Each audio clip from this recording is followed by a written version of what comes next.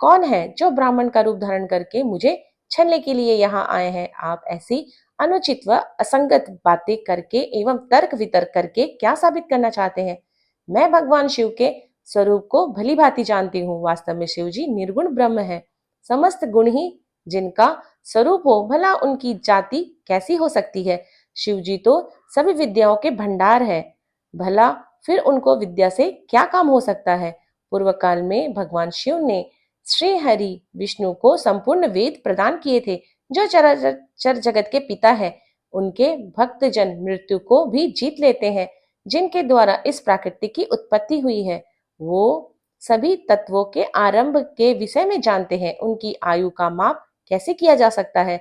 भक्त वत्सल शिव जी सदा ही अपने भक्तों के वश में ही रहते हैं। वे अपने भक्तों को प्रसन्न होने पर प्रभु शक्ति, उत्साह शक्ति, मंत्र शक्ति नामक अक्षय शक्तियां प्रदान करते हैं। उनके परम चरणों का ध्यान करके ही मृत्यु को जीता जा सकता है। इसलिए शिव जी को मृत्युंजय नाम से भी जाना जाता है। भगवान शिव की कृपा प्राप्त करके ही विष्णु जी को विष्णु तत्व, ब्रह्मा जी को ब्रह्म तत्व और अन्य देवताओं को देव तत्व की प्राप्ति हुई है। भगवान शिव महाप्रभु है।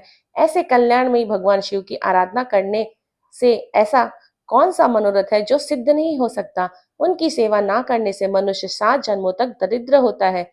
वहीं दूसरी ओर उनका भक्ति पूर्वक पूजन करने से सदैव के लिए लक्ष्मी की प्राप्ति होती है।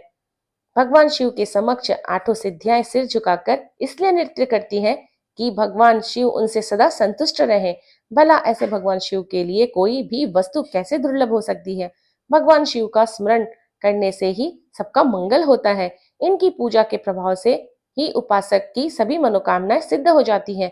ऐसे निर्विकारी भगवान शिव में भला विकार कहाँ से और कैसे आ सकता है? जिस मनुष्य के मुख में सदैव शिव का मंगलकारी नाम रहता है, उसके दर्शन मात्र से ही सब पवित्र हो जाता है। आपने कहा था कि वे अपने शरीर पर चिता की भस्म लगाते हैं। यह पूर्णतः सत्य है, परंतु उनके शरीर पर लगी हुई भस्म जब जमीन पर गिरकर झड़ती है तो क्यों सभी देवता उस भस्म को अपने मस्तक पर लगाकर अपने को धन्य समझते हैं?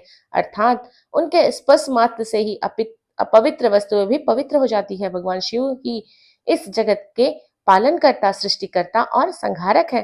भला उन्हें कैसे साधारण बुद्धि द्वारा जाना जा सकता है?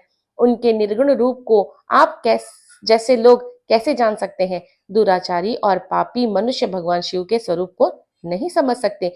जो मनुष्य अपने अहंकार और अज्ञानता के कारण शिव तत्व की निंदा करते हैं, उनके जन्म का सारा पुण्य भस्म हो जाता है। हे ब्राह्मण, आपको ज्ञानी